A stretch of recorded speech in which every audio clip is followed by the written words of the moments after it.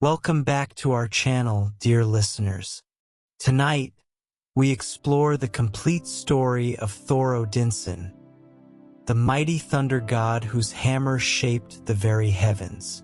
Settle in comfortably and let me transport you to the realm of Asgard, where gods walked among mortals and legends were born from lightning and thunder. Before we begin tonight's journey into Norse mythology, please consider subscribing and hitting that notification bell. Your support helps us bring you more of these detailed mythological tales perfect for relaxation and sleep. The Divine Birth.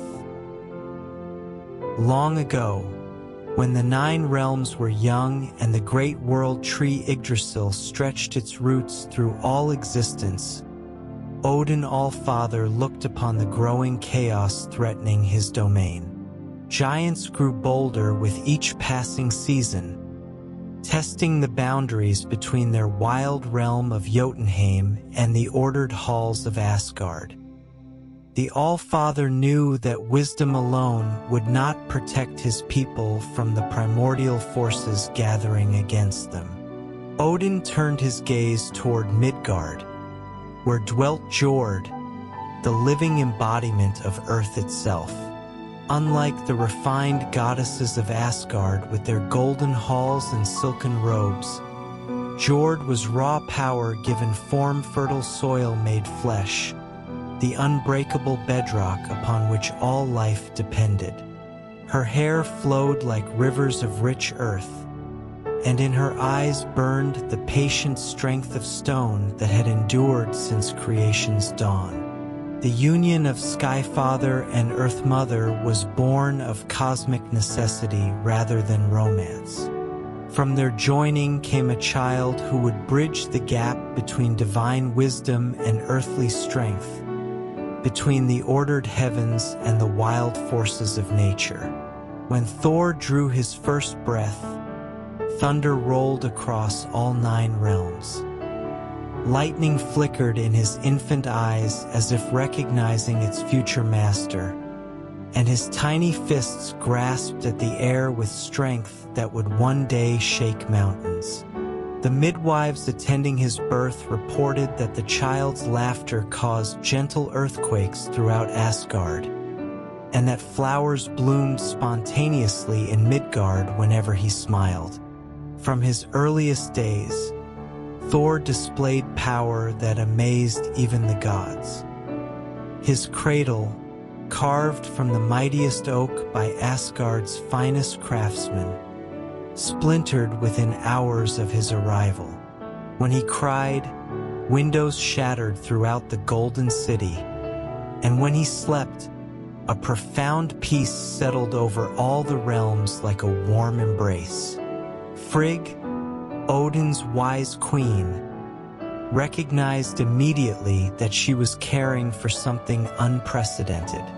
She had raised many divine children, but none possessed this unique combination of raw power and innocent joy. The child's very presence charged the air with electricity, and his emotions directly influenced the natural world. His happiness brought gentle rains to nourish Midgard's crops, while his displeasure could summon storms that lasted for days. As Thor grew, his strength became legendary throughout Asgard. By his first birthday, he could lift weapons that veteran warriors struggled to carry.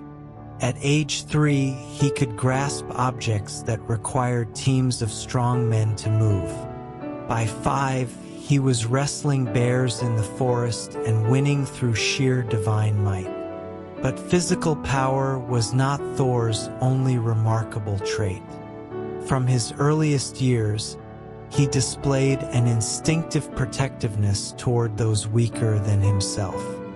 When other children faced danger from wild beasts that occasionally wandered too close to Asgard's borders, Thor would place himself between them and harm without thought for his own safety.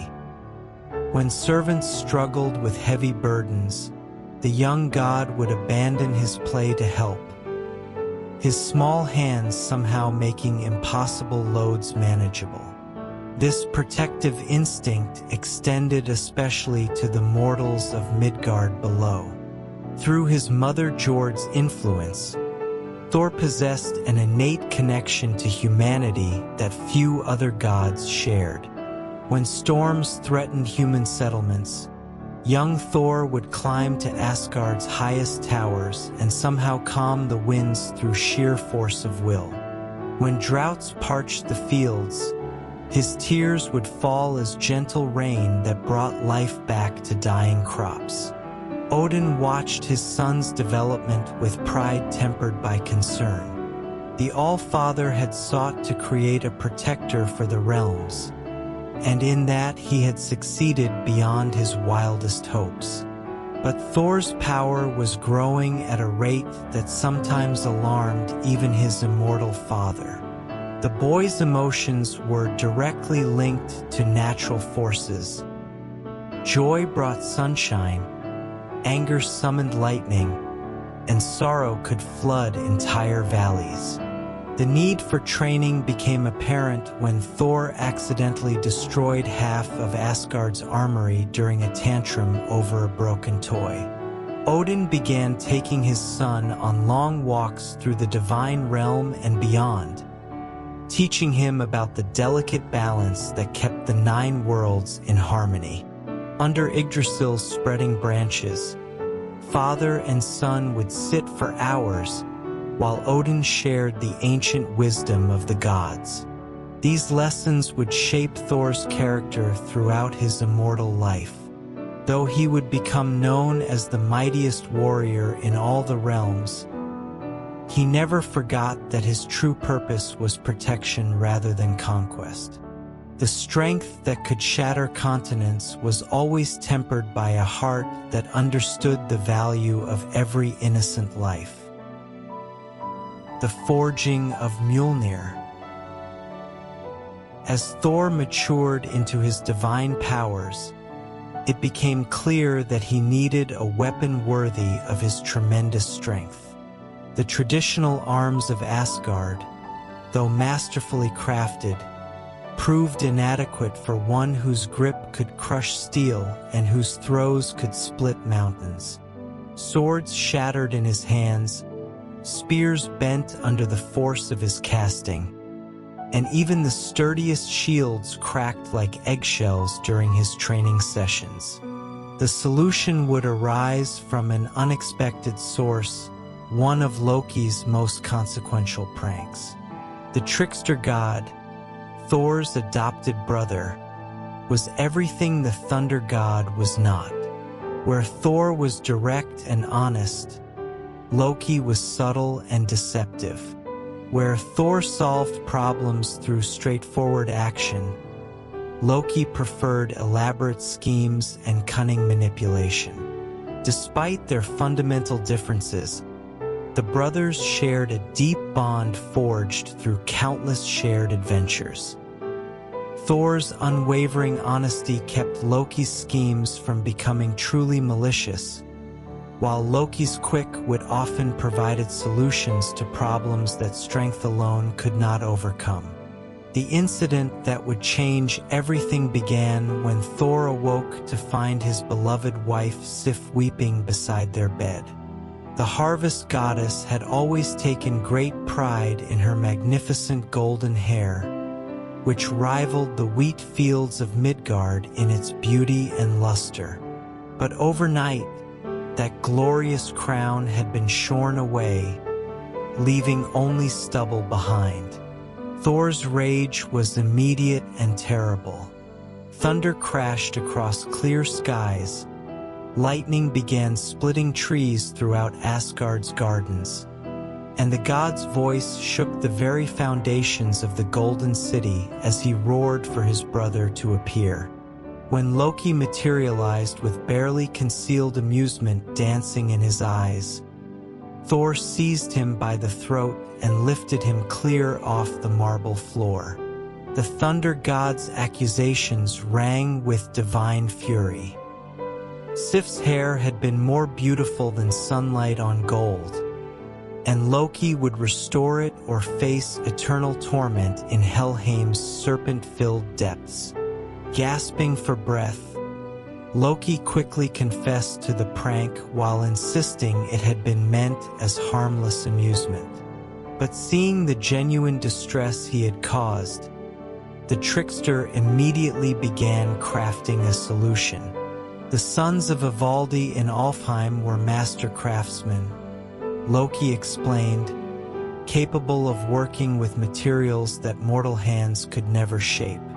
Surely they could create replacement hair more beautiful than what had been lost.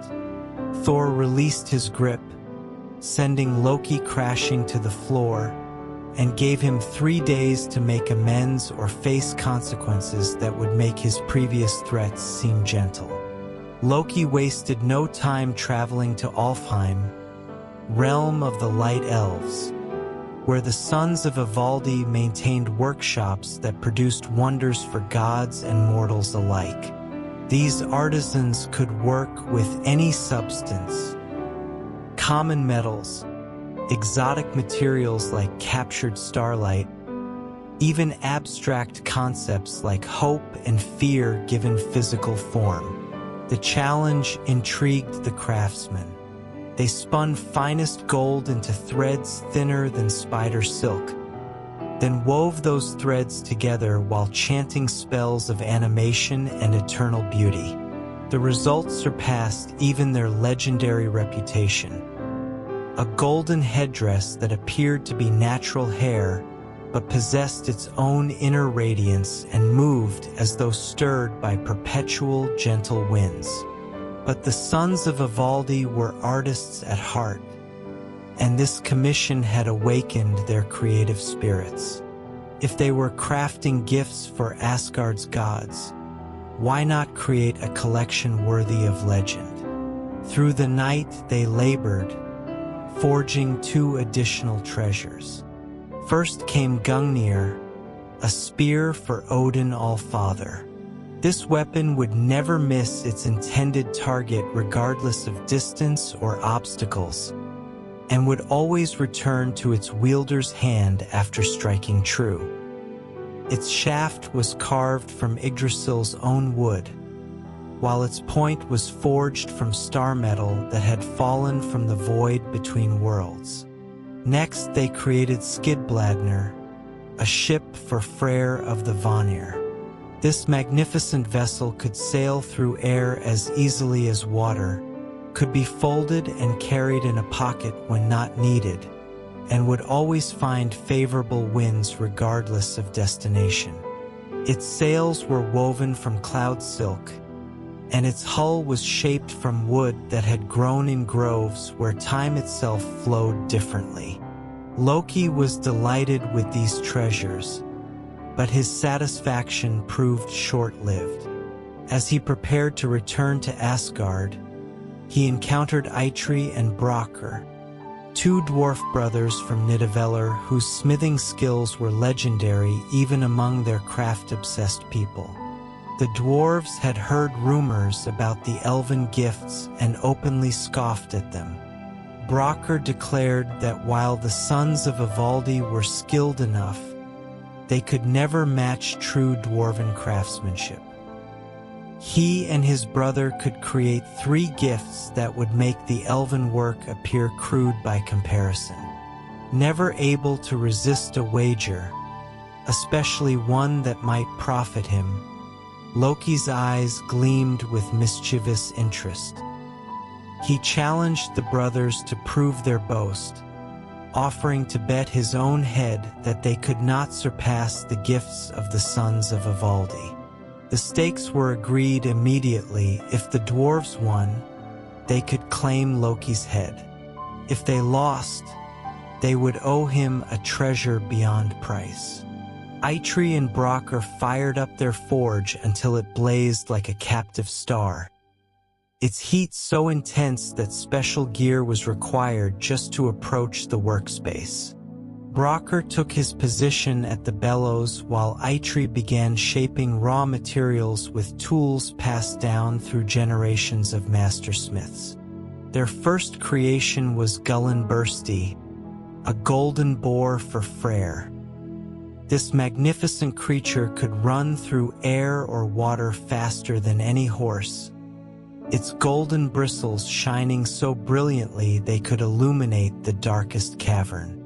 When completed, the boar snorted and pawed the ground with lifelike animation despite being made entirely of precious metal.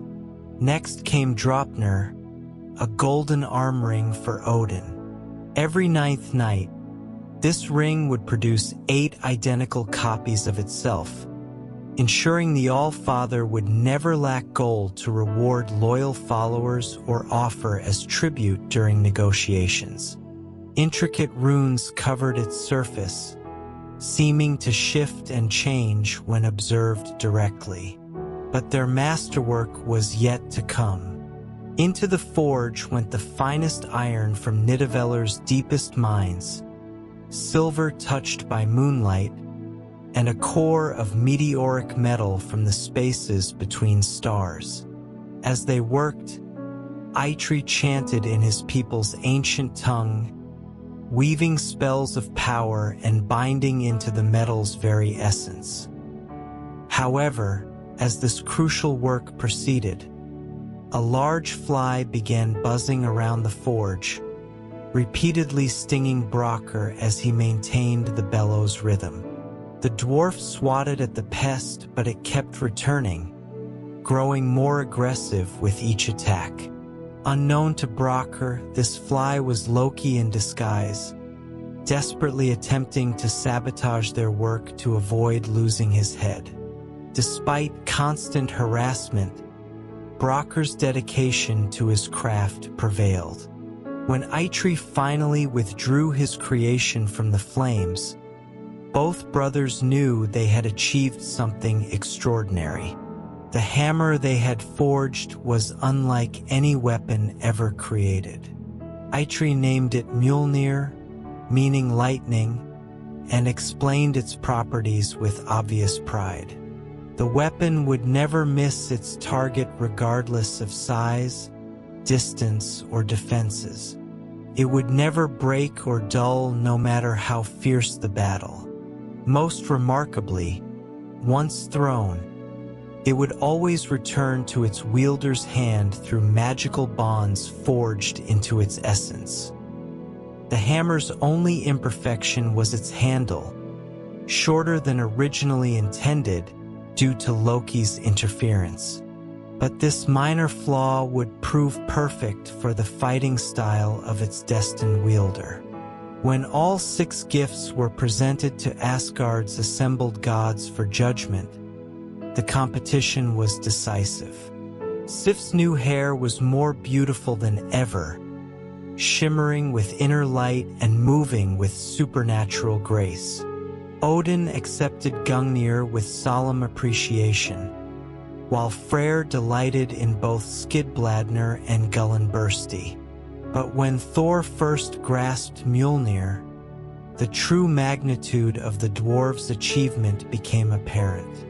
Lightning coursed through his body as his fingers closed around the handle, and he felt the weapon's power resonating with his divine strength.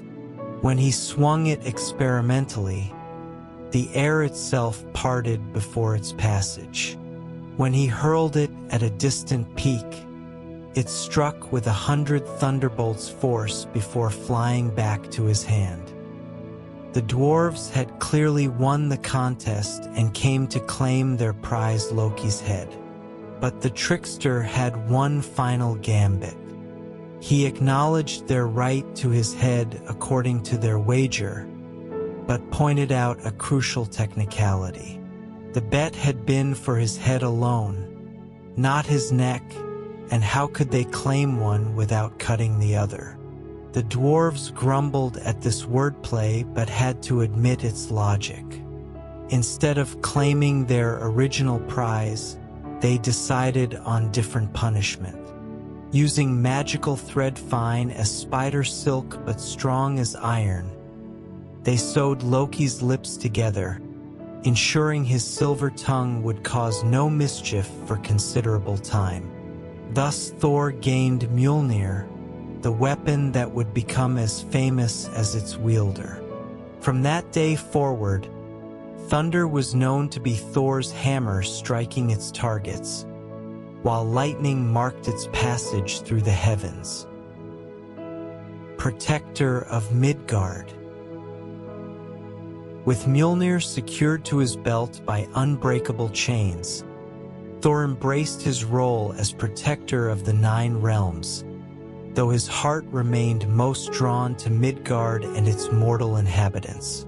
Unlike many gods who viewed humans as amusing but ultimately insignificant creatures, Thor saw them as worthy of respect and protection. This perspective likely came from his mother Jord's influence, connecting him intimately to the earth humans tilled and the harvests they depended upon for survival. Perhaps it was simply his nature to stand with the weak against the strong, the innocent against predators. Whatever its source, Thor's calling as guardian was absolute. His protection took many forms. When frost giants threatened to extend eternal winter beyond Jotunheim's borders, Thor would arrive in his chariot pulled by 2 magical goats, Tangrisnir and Tangjoster. These remarkable creatures could gallop across sky as easily as earthly roads, their hooves striking sparks from clouds as they ran. The goats themselves were dwarven gifts, crafted with skill matching Mjolnir's creation. They possessed not only flight, but could be killed and eaten when Thor needed sustenance during long journeys, then resurrected through his hammer's blessing provided their bones remained unbroken. This ensured the thunder god need never go hungry while traveling vast distances between realms. When giants gathered for raids against human settlements, Thor's approach would scatter them like leaves before hurricane winds. His chariot wheels rolling across heavens created the thunder that announced his coming, while Mjolnir's casting produced lightning visible from all 9 realms' corners. Few giants were foolish enough to stand and fight when the thunder god arrived in full wrath. Beyond these dramatic interventions, Thor served as guardian of natural cycles humans depended upon for survival. When droughts threatened harvests, he would summon rain clouds and guide them where needed most. When storms grew too violent and threatened flooding, he would redirect their fury toward barren mountains where water would cause no harm. The thunder god took particular interest in farming communities. Understanding these hard-working people formed human civilization's foundation. He often traveled among them disguised as a large, red-bearded farmer whose strength was remarkable even by agricultural standards. In this guise, he would help with heaviest labor, clear fields of stones that had defeated entire families, and ensure wells were dug deep enough to provide water through driest seasons. These journeys taught Thor much about mortal existence. He learned courage was not exclusive to gods and heroes. He witnessed it daily in farmers defending livestock against wolves, mothers walking through dangerous terrain to fetch medicine for sick children, fishermen risking lives to save drowning strangers. This understanding deepened his respect for humanity and strengthened his protective resolve. Thor discovered humans possessed remarkable ability to find joy amid hardship. Their lives were brief compared to immortal gods, yet they seemed to extract more genuine happiness from simple pleasures than many deities found in centuries of divine existence. Successful harvests, children's first steps, songs shared around evening fires. These small moments held significance that impressed even the mighty Thunder God. Sailors were among Thor's most devoted worshippers. The god held special fondness for brave souls who ventured onto treacherous seas. Understanding they faced dangers even divine intervention couldn't always prevent. He became their patron and protector, calming storms when possible and guiding lost ships towards safe harbors. Many sailors wore small hammer amulets blessed by Thor's priests, believing these tokens ensured safe voyages and protection from sea monsters. The Thunder God rarely disappointed their faith, though he expected proper seamanship and courage in return. Those who took foolish risks or showed cowardice might find themselves facing storm's fury without divine assistance. The bond between Thor and humanity was reciprocal. While he protected them from supernatural threats, they honored him with temples, festivals, and sacrifices. More than formal observances, they offered something many gods lacked: genuine gratitude and affection. Humans didn't fear Thor as they did more unpredictable deities. They trusted him, knowing his strength would always defend them. This trust was well placed. Throughout his career as Midgard's protector, Thor never failed to respond when mortals truly needed aid. Whether threats came from giants, monsters, or natural disasters, the Thunder God answered prayers with all power at his disposal. In return, he asked only that they live with courage and honor, treating fellow humans with kindness they hoped to receive from gods.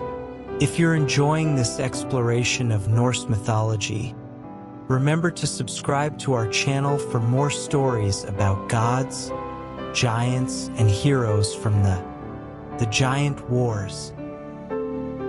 While protecting Midgard brought Thor great satisfaction, his eternal conflict with giant clans truly defined his reputation across all realms.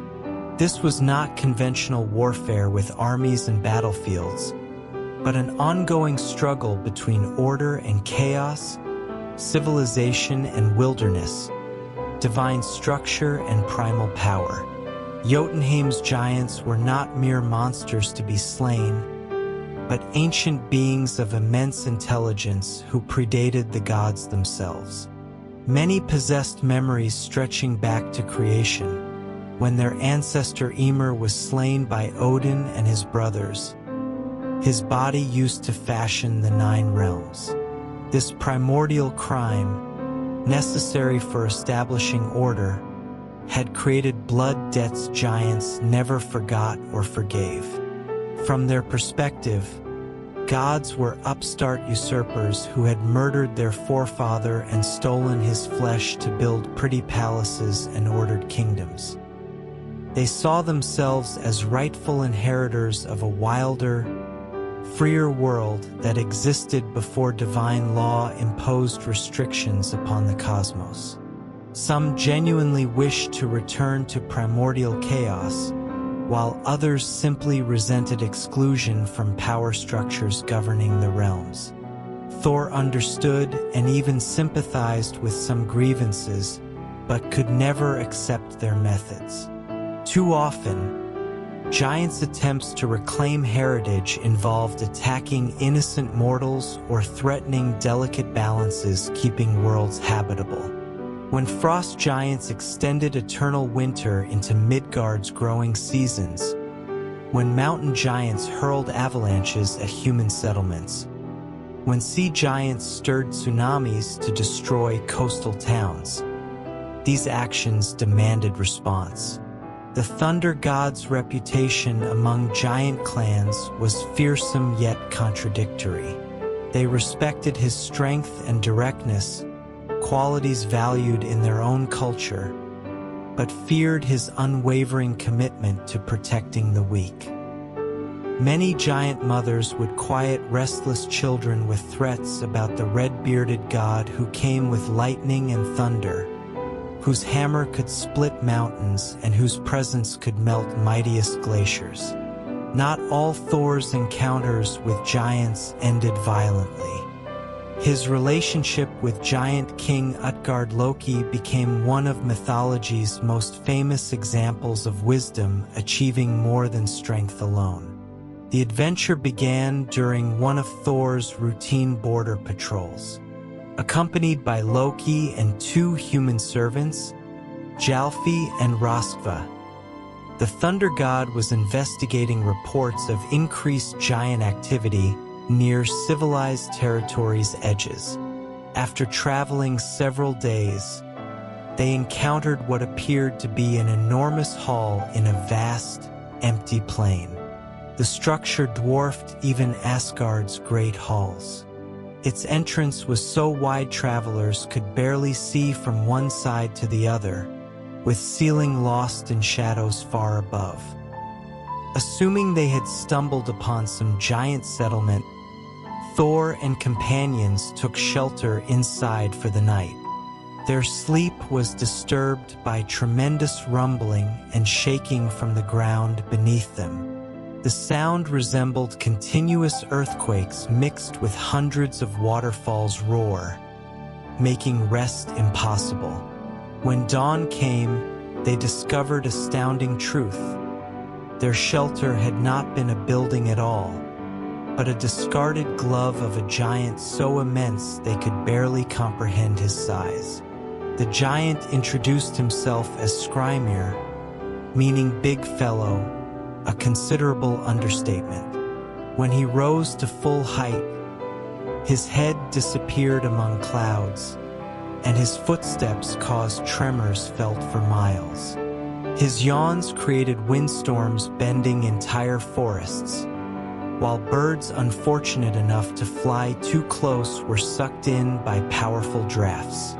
Skrymir greeted tiny travelers with apparent friendliness, asking about their destination. When Thor replied they were bound for Utgard, the giant's laughter caused several avalanches in nearby mountains. He offered to guide them, warning that Utgard's giants were truly enormous and might prove overwhelming even for Asgard visitors. Thor bristled at suggestions anything could overwhelm him, but accepted the giant's companionship offer. The journey became humbling for the Thunder God. Skrymir's casual strides covered distances that would take Thor and companions hours to traverse, forcing the giant to wait patiently while they caught up repeatedly. When they made camp that evening, Skrymir offered to share provisions, but Thor discovered the giant's food bag was secured with knots so complex, even his divine dexterity couldn't untie them. Growing frustrated and hungry, he decided to wake the sleeping giant and ask for assistance. But Skrymir slept with mountain range's depth and permanence. His snoring was so loud nearby trees bent away from sound waves, and nothing seemed capable of rousing him. Thor struck the giant's forehead with Mjolnir, putting enough force behind the blow to shatter normal mountains. But Skrymir merely stirred and mumbled about leaves falling from trees. A second blow, delivered with even greater force, produced only sleepy inquiry about acorns dropping from oak branches above. When Thor's third strike, delivered with all divine might, elicited nothing more than casual comment about bird droppings, the Thunder God suspected something very unusual was happening. Mystery deepened when they reached Utgard itself. The fortress was built on scale, making even Asgard seem modest. Walls stretched beyond clouds. Gates were large enough for hundreds of giants to march through side by side. Even more remarkably, Spaces between gates' iron bars were wide enough for Thor and companions to squeeze through, suggesting builders hadn't considered smaller beings worthy of security measures. Inside the Great Hall, hundreds of giants sat at long tables, drinking and conversing in voices rumbling like distant thunder. At the high table sat their king, Utgard Loki, not the same Loki serving as Thor's brother, but a giant ruler whose name meant Loki of the Outer Yard, marking him as Frontier Territory's leader. The giant king greeted visitors with apparent courtesy, though making several pointed comments about their small size. He explained no one could eat at his table unless demonstrating supremacy in some skill or talent. This wasn't unreasonable. Many cultures had similar customs for determining worthiness. But Thor sensed there was more to this challenge than simple hospitality. What followed were contests that would humble even mighty Thor. Loki volunteered to demonstrate his eating abilities, boasting no one in any realm could match his appetite. Utgard Loki called forth a giant named Logi for an eating contest, placing a long wooden trough filled with meat between contestants. Both participants began eating from opposite ends, racing toward middle with supernatural speed. Loki devoured meat and bone with equal efficiency, but when they met in center, he discovered his opponent had consumed not only his share of food, but the wooden trough itself. Next, Thjalfi, the human servant, accepted a challenge demonstrating his legendary running speed. He had been Midgard's fastest mortal before entering Thor's service, capable of outrunning deer and racing birds through sky. Utgard Loki matched him against a young giant named Hugi in 3 races. In the first race, Hugi won by narrow margin. In the second, he finished several paces ahead. By the third race, he had completed the entire course and was running back towards starting line before Thjalfi reached the finish. Finally, Thor's turn arrived. The Thunder God declared he would display his legendary drinking capacity, claiming no being in any realm could match his ability to drain large vessels of mead or ale. A drinking horn was brought forth, long and curved like those used in Asgard's great feasts, though somewhat larger than vessels Thor was accustomed to. He expected to empty it in 3 mighty draughts, as was his custom with even largest drinking horns. But something was wrong. After his first attempt at draining the horn, liquid level had barely dropped. His second effort, longer and deeper than the first, still left vessel nearly full. Even his third attempt, drinking until lungs burned and vision began blurring, failed to make significant dent in horn's contents. Utgard Loki expressed mock disappointment at Thor's performance, suggesting perhaps stories of the Thunder God's prowess had been exaggerated.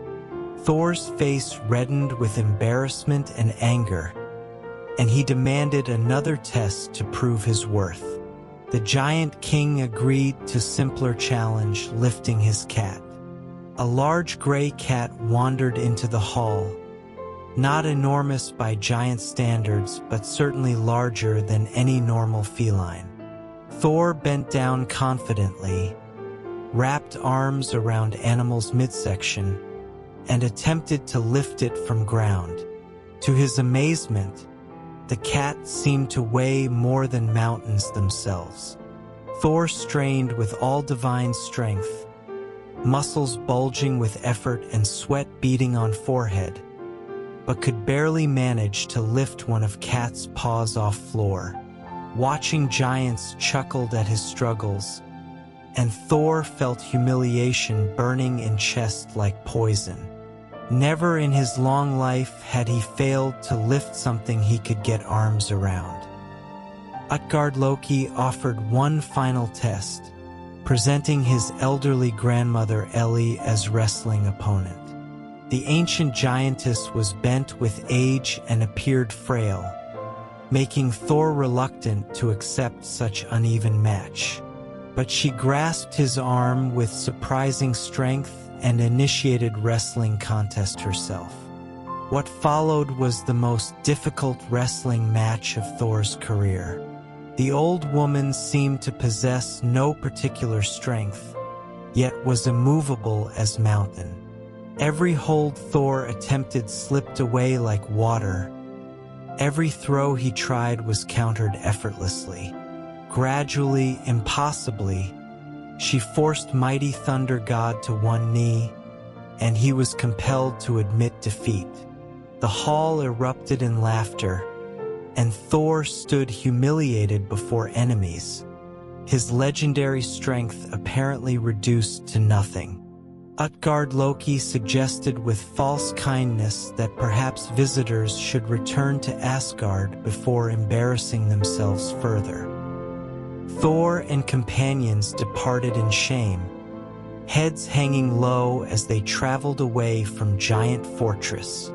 But when they had gone some distance from Utgard, they heard footsteps pursuing them and turned to see the giant king himself approaching, now appearing much less enormous than in his hall. Utgard Loki called for Thor to wait, explaining he owed them explanation and apology. Thor turned with Mjolnir ready, expecting perhaps one final humiliation or battle to end their encounter. But Giant King raised hands peacefully, admitting visitors had been victims of powerful illusions rather than genuine contests. Revelations that followed reframed everything Thor thought he understood about his performance. Utgard Loki revealed he had been Skrymir, the impossibly large giant they first encountered. Each time Thor struck him with Mjolnir, Giant King had used sorcery to move entire mountain ranges between hammer and skull. Valleys and chasms Thor's blows carved in solid stone would stand as monuments to his true power for ages. Had any strikes actually connected with intended target, even Utgard Loki would have been killed instantly. The drinking horn had been connected through hidden magical channels to see itself. Thor's mighty drafts had actually lowered ocean levels throughout all 9 realms, a feat no other being in existence could have accomplished. Horn's contents had seemed inexhaustible because they drew from all worlds' waters. The cat Thor struggled to lift was revealed to be Jormungandr, the World Serpent, whose massive body encircled all Midgard. The fact that Thor managed to lift even one of creature's paws was strength demonstration beyond anything previously witnessed. No other being in any realm could have budged the serpent even slightly. Most remarkably, elderly giantess Ellie had been old age personified, abstract concept given temporary physical form through Utgard Loki's magic. No living creature, god or mortal, could defeat old age in direct combat. Yet Thor had come closer than any warrior in world's history, forcing inevitable decline's embodiment to exert genuine effort before achieving victory. Thor stared at Giant King as these revelations sank in, mind reeling with implications. Far from being humiliated by weakness, he had actually performed feats that would be remembered until Ragnarok itself brought end to all stories. Utgard Loki explained he had resorted to illusions not to mock Thor, but to protect himself and his people. The Thunder God's true strength was so enormous it posed existential threat to all giant kind. If Thor had been allowed to understand full extent of his achievements, he might have realized he possessed power to destroy entire giant clans single-handedly. Giant King began fading away like morning mist, voice echoing across plain as he delivered final warning. Thor should not seek Utgard again, for all their sakes. This should mark end of their testing one another. Balance of power was too dangerous to disturb through further experiments. Thor and companions returned to Asgard with profound new understanding of complex relationship between gods and giants. War between their peoples continued, but Thor had learned his enemies possessed wisdom and restraint matching their power. Even giants could show mercy when faced with forces beyond their ability to control or comprehend. The bonds of brotherhood. Despite dramatic adventures and cosmic battles filling his days, some of Thor's most defining experiences came through relationships with those closest to him. None of these bonds was more complex or influential than his connection with Loki, the shape-shifting trickster who served as both brother and perpetual source of complications. Loki had come to Asgard as child, son of giant Farbodi and giantess Laufey, but raised in Odin's household after the All-Father swore blood oath of brotherhood with the young giant's father. This unusual arrangement made Loki simultaneously outsider and insider, never fully belonging to either gods or giants' world. Where Thor was straightforward and honest in dealings with others, Loki was subtle and deceptive, finding truth through lies and solving problems through misdirection. Where Thor's first instinct was meeting challenges head-on with overwhelming force, Loki preferred approaching difficulties sideways, using wit and cunning to achieve victory through unexpected angles. These fundamental differences created relationships swinging between deep affection and explosive conflict, sometimes within single conversation span. Thor's honesty kept Loki's schemes from becoming truly malicious, while Loki's cleverness often provided Thor with solutions strength alone couldn't resolve.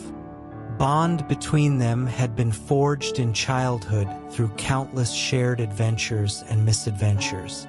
They explored Asgard's hidden corners together, gotten into trouble with tutors and mentors, learned arts of war and wisdom side by side.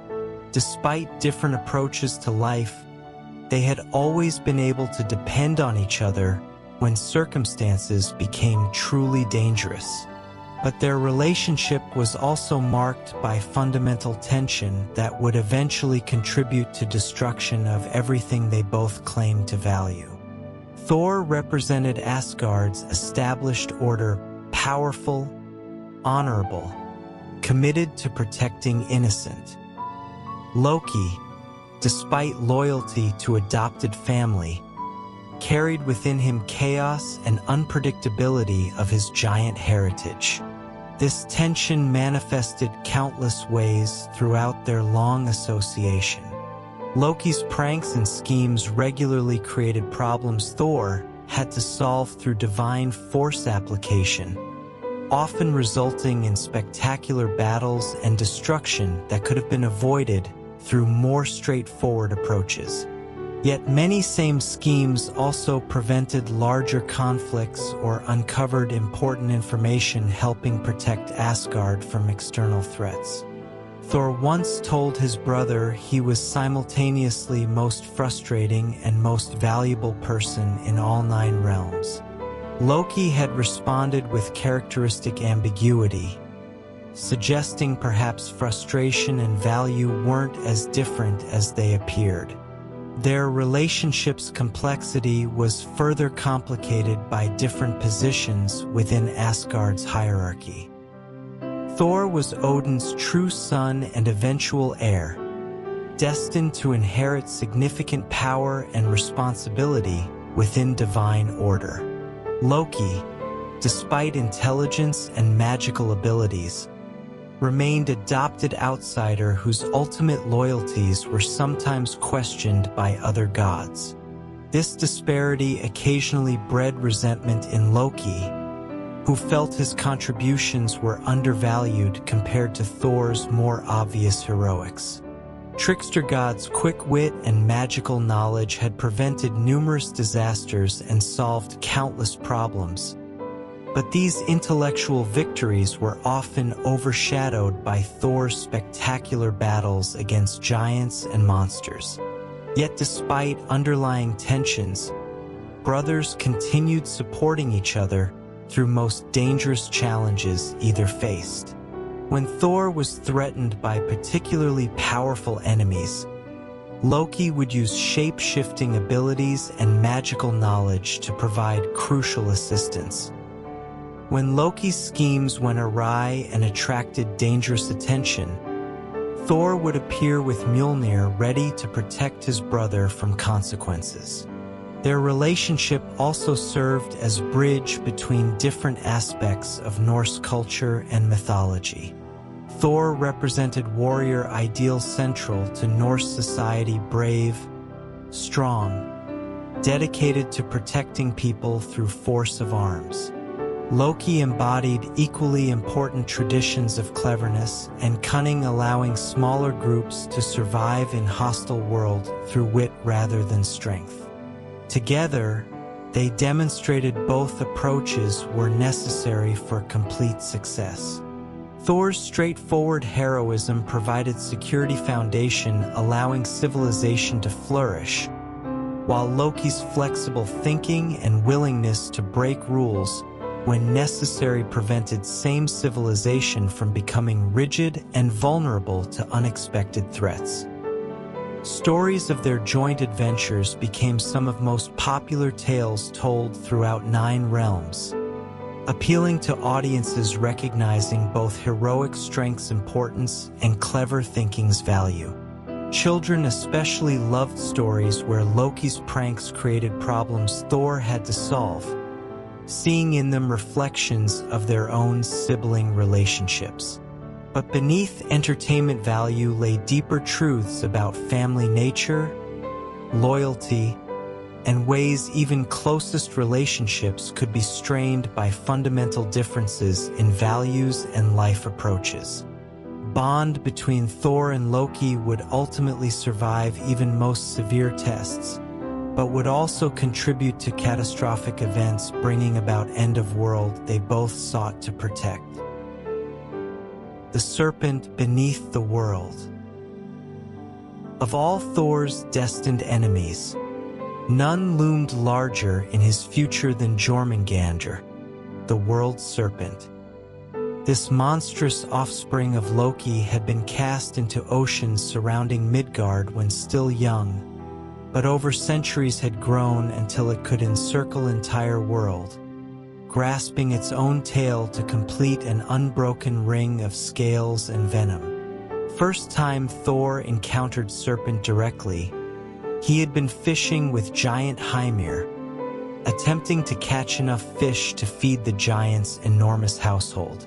Thor had brought head of Hymir's largest ox as bait, and when he cast his line into ocean's deepest part, something vast and powerful took the hook. Battle that followed became legendary throughout 9 realms. Thor's fishing line, strong enough to moor largest ships, stretched to breaking point as whatever he had hooked fought to escape. Boat rocked violently as Thor hauled on line, divine muscles straining against something seeming to possess world's weight and strength itself. When Jormungandr's massive head finally broke ocean's surface, Thor found himself staring into eyes size of mountain lakes, filled with ancient malice and terrible intelligence. Serpent's breath was poisonous beyond measure, and even Thor had to turn face away from toxic clouds billowing from its nostrils. World Serpent spoke in voice like grinding continents, acknowledging Thunder God and revealing it had been waiting for this encounter. Creature claimed prophecies spoke of their destined final battle at Ragnarok, but suggested perhaps they could settle conflict here and now, far from innocent bystanders who might be harmed by their struggle. Thor raised Mjolnir, lightning crackling around Hammer's head as he prepared to strike. Moment felt heavy with significance, as though fate of all 9 realms hung in balance. But before Thunder God could deliver his blow, Hymir, terrified by World Serpent's sight, cut fishing line with his knife.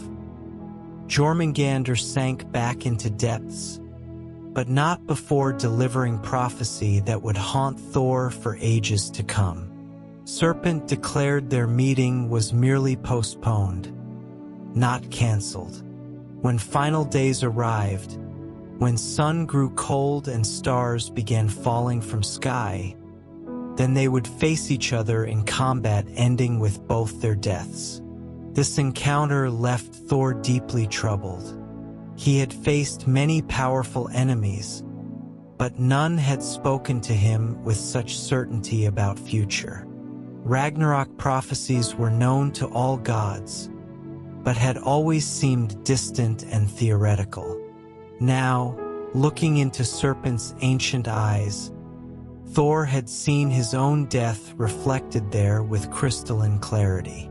Experience changed how Thor approached his protective duties.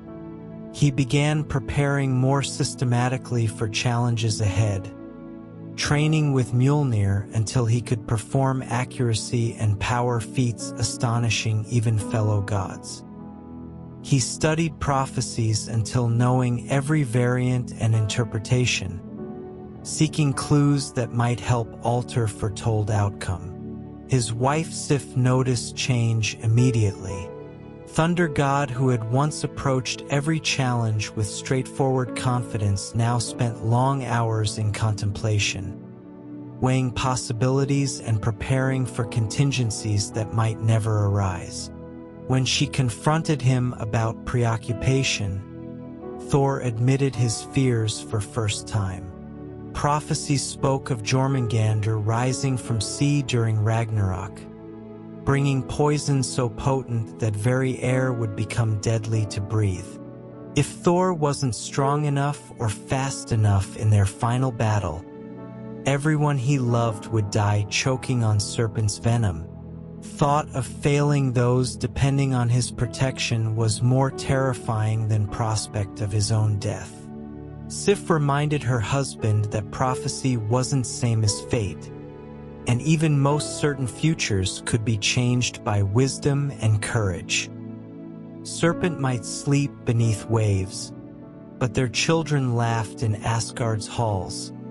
Mortals tended fields under peaceful skies, and present moment held its own value regardless of what tomorrow might bring. Thor took wife's words to heart, but couldn't entirely banish image of those terrible eyes or memory of voice promising mutual destruction. Knowledge of his destined fate became constant companion, influencing decisions and coloring perception of every threat arising. Yet this foreknowledge also gave Thor's later actions poignancy his earlier adventures had lacked.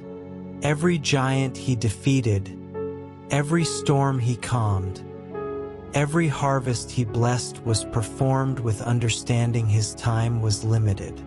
Thunder God, who had once seemed immortal and invincible, now carried within himself certainty of ending, making his continued dedication to protecting others all more heroic. The approach of Ragnarok. As centuries passed and Thor's reputation as realm's protector grew ever greater, subtle signs began appearing suggesting God's age was approaching its destined end. These omens weren't dramatic or obvious at first: slight lengthening of winter seasons, increased boldness among giant clans, reports of monsters stirring in places where they had long slumbered peacefully. Ragnarok prophecies, twilight of the gods, had been known since Asgard's earliest days.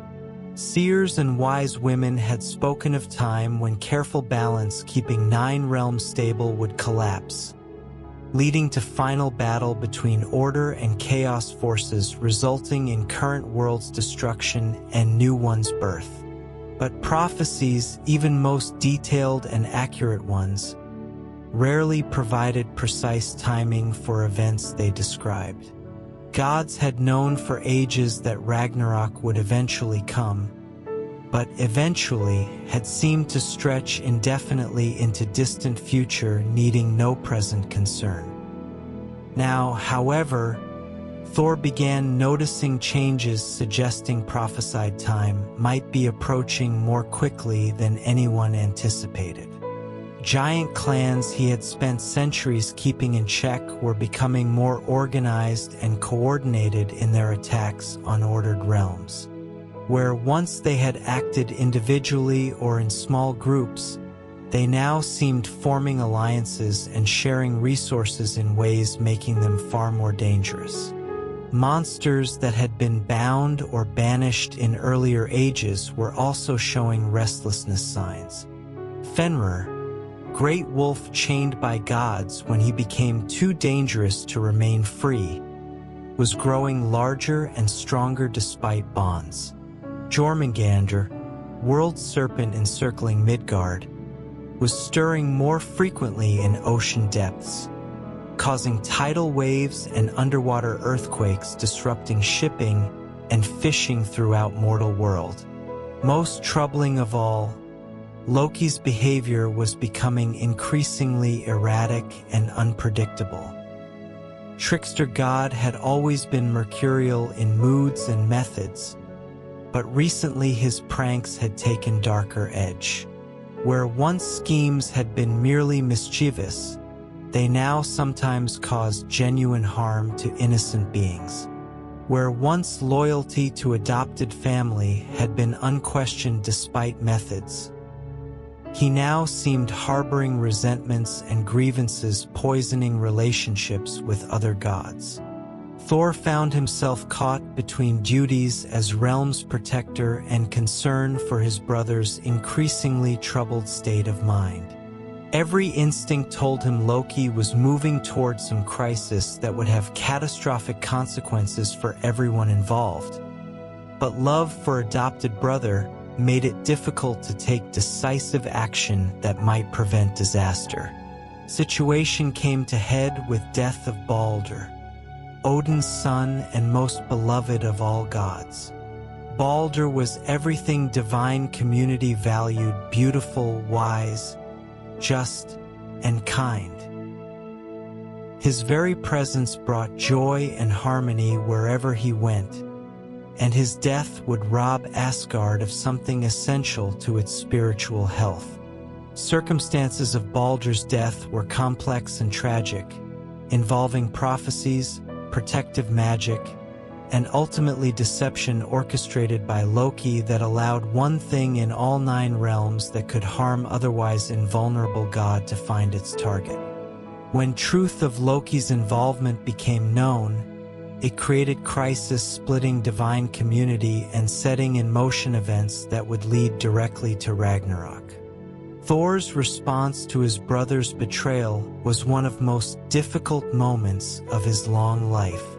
Love for Loki remained genuine despite everything that had happened, but duty to justice and grief over Baldur's death demanded that consequences follow actions.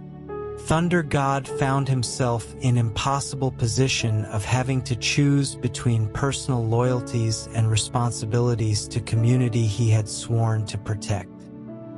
Other gods' reaction was swift and merciless. Loki was hunted down and bound with chains forged from entrails of one of his own sons, then imprisoned beneath earth where Serpent would drip venom onto his face for eternity. Only his wife Seijen's devotion, as she sat beside him catching poison in bowl, provided any relief from torment. But binding Loki didn't solve underlying problems his actions had revealed. Trickster God's betrayal had been symptom of larger forces at work in cosmic order, tensions and contradictions that had been building for centuries and could no longer be contained through traditional means. Baldur's death marked beginning of end for God's age, setting in motion chain of events that would culminate in final battle. Thor threw himself into protective duties with even greater intensity than before, as if he could somehow prevent prophesied ending through sheer determination and effort. He ranged throughout 9 realms, battling giants and monsters with fury that bordered on desperation. Every enemy he defeated, every threat he neutralized, was small victory against approaching darkness. But even Thor's tremendous strength and unwavering dedication couldn't hold back fate's tide indefinitely. Signs of approaching Ragnarok continued multiplying. Seasons became more extreme, monsters grew bolder, and bonds holding cosmic order together showed increasing strain signs. Thunder God began making his own preparations for final battle. Knowing from prophecies he was destined to face Jormungandr in single combat.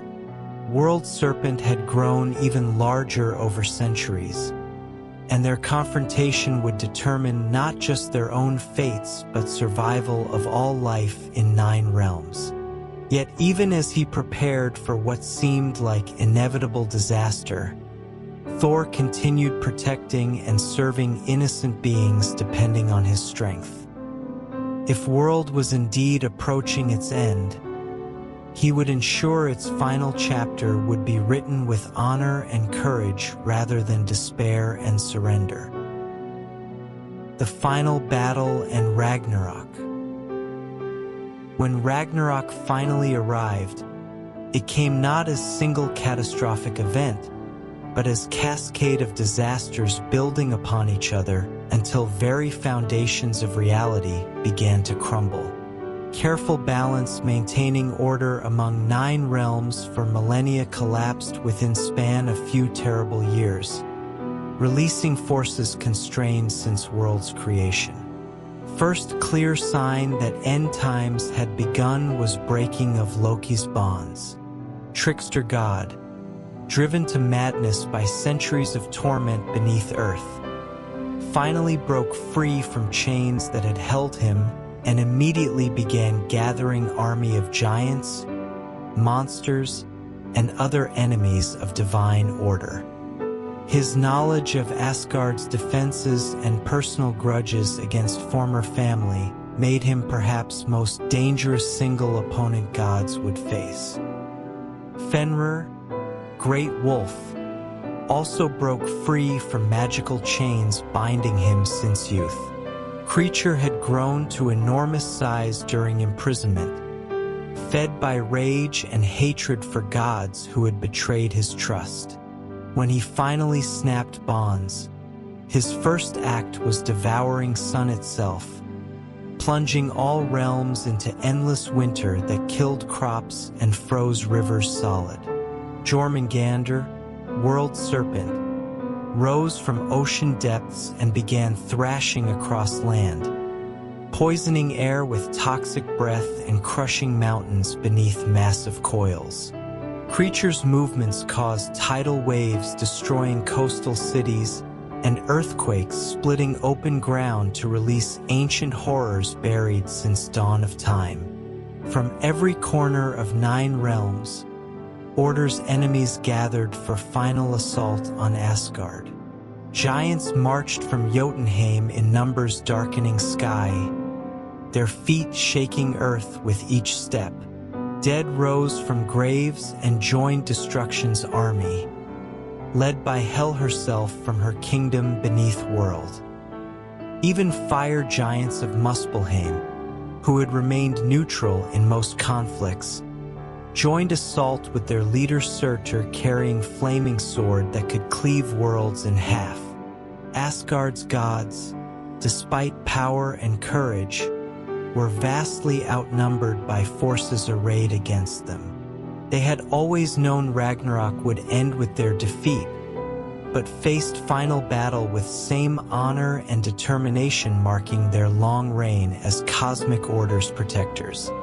Thor took his place at divine army's forefront, Mjolnir ready in hand as he prepared to face destined opponent. Prophecies had been clear about his role in final battle. He would confront Jormungandr in single combat, and both would die in encounter. But Thunder God faced this fate without fear or hesitation, knowing his sacrifice would help ensure some remnant of goodness would survive to seed world that would follow. Battle between Thor and World Serpent was conflict shaking creation's very pillars. Two ancient enemies met on Vigrid Plain, field chosen for final confrontation, while fate of all existence hung in balance around them. Jormungandr rose up like living mountain, head reaching toward darkened sky as poison dripped from fangs to burn earth below. Its eyes, ancient and malevolent, fixed upon Thor with satisfaction that long prophesied moment had finally arrived. For centuries, Serpent had waited in ocean depths, growing larger and more venomous while dreaming of this ultimate confrontation. Thor stood before monster without flinching, red beard streaming in poisonous wind as lightning played around Mjolnir's head. Thunder God had spent entire life preparing for this moment, and met it with same straightforward courage marking all his greatest battles. When Serpent struck, its attack was swift as lightning and deadly as winter itself. But Thor had fought too many battles and survived too many conflicts to be overwhelmed even by such terrible opponent. He dodged creature's first strike and responded with blow from Mjolnir that split Serpent's skull and sent it reeling backward across battlefield. Jormungandr's death scream was heard across all 9 realms, sound of such anguish and fury that it shattered mountains and drove mortals mad with terror. But even in death, World Serpent achieved its prophesied victory over Thunder God. Poison that had dripped from creatures' fangs throughout their battle had filled air with toxic fumes so concentrated that even Thor's divine constitution couldn't withstand them indefinitely. As he stood over fallen enemy, hammer still crackling with lightning and grip, Thunder God took 9 steps backward from Serpent's corpse before venom overwhelmed him. Thor fell to knees, then toppled forward onto poisoned earth, Mjolnir rolling from nerveless fingers as strength finally failed. Protector of Midgard, Giant Slayer, Thunder God who had defended innocent for countless centuries, breathed his last on Ragnarok's battlefield, death fulfilling ancient prophecy while simultaneously ensuring Jormungandr would threaten realms no more. Around him, final battle raged on as other gods faced their own destined opponents. Odin Allfather fell to Fenrir's jaws, while Tyr, one-handed god of war, fought monstrous Hound Garm to their mutual destruction. One by one, divine age's great figures met their ends, death's marking conclusion of era lasting since world's creation. When fighting finally ended, Surtur the fire giant strode across ruined battlefield with flaming sword, setting fire to World Tree itself and consuming all 9 realms in inferno, burning away every trace of old cosmic order. Sun was devoured, stars fell from sky, and Earth sank beneath boiling seas as everything that had ever existed returned to primordial void from which it had originally emerged. But death wasn't story's end, for Norse believed destruction was merely prelude to renewal. From old world's ashes, new Earth would rise, green and fertile and cleansed of conflicts that had destroyed its predecessor. Sun's daughter would take her mother's place in sky, providing light and warmth for reborn world. Some gods would survive Ragnarok to populate New Age. Thor's sons, Modi and Magni, would inherit their father's hammer and carry on his work protecting innocent. Baldur and his brother Hoder would return from dead, earlier conflicts resolved by destruction's cleansing fire. New generation of gods would establish more perfect order, one learning from mistakes that had led to previous worlds' downfall. Two human survivors, man named Lif and woman named Lifthrasir, would emerge from hiding place within Yggdrasil's trunk to repopulate Earth. They would tell children stories of old world and gods who died protecting it, ensuring memory of Thor and fellow deities would live on in New Age. Legacy of the Thunder God. Thus ends saga of Thor Odinson, red-bearded god whose hammer shook heavens and whose courage defended innocent across countless ages. His story, like all greatest myths, speaks to truths transcending specific culture that created it, addressing universal themes of duty, sacrifice, and eternal struggle between order and chaos. Thor represented best qualities of warrior ideals central to Norse society. Not just physical strength and martial prowess, but moral courage to stand between weak and those who would harm them. His protection of Midgard demonstrated true power wasn't measured by ability to dominate others, but by willingness to use strength in service of justice. Thunder God's relationship with hammer Mjolnir became one of mythology's most recognizable symbols, representing idea that mightiest weapons were those wielded by most honorable hands. Hammer that never missed its target and always returned to Thor's grasp embodied concept that righteous force, properly applied, would ultimately triumph over evil regardless of odds. Perhaps most importantly, Thor's acceptance of fate at Ragnarok illustrated Norse belief that how one faced death was more significant than whether one could avoid it. Thunder God knew from prophecy that battle with Jormungandr would result in both their deaths, yet never hesitated to fulfill destiny when time came. His sacrifice ensured World Serpent wouldn't survive to poison new world emerging from old's ashes. Thor's stories continued evolving long after Norse people converted to Christianity and old gods were officially abandoned. Medieval chroniclers preserved many tales in written form, ensuring survival through centuries of religious and cultural change following Viking Age. In modern era, Thor has found new life in literature, comics, films, and other popular entertainment forms. While contemporary versions often differ significantly from original Norse conception, they continue embodying many same fundamental values, using great power to defend innocent, importance of courage facing overwhelming odds, and belief that some things are worth fighting for regardless of personal cost. Thunder God's influence can be seen not just in direct adaptations of his stories, but in countless other fictional characters sharing his basic archetype, powerful protector standing between civilization and forces that would destroy it. From Superman to Captain America, from Wonder Woman to countless other heroes of page and screen, Thor's essential spirit lives on in new forms adapted to contemporary concerns and sensibilities. Thank you for joining us on this comprehensive journey through Thor's life and legend. If you've enjoyed this deep exploration of Norse mythology, please subscribe to our channel and share this video with others who might appreciate these ancient stories.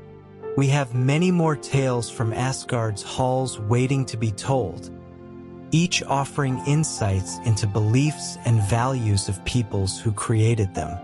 Gods may have fallen at Ragnarok, but their stories continue inspiring and guiding us, reminding us that even facing inevitable endings, we can choose to act with honor, courage, and compassion. Thunder God's hammer may be silent now, but echoes of his deeds still resonate across centuries, calling each new generation to stand up for what is right and protect those who cannot protect themselves. Sleep well, and may your dreams be filled with thunder of righteous purpose and lightning of unwavering courage. Until next time, this is your guide through realms of myth and legend, wishing you peaceful rest and inspiring dreams.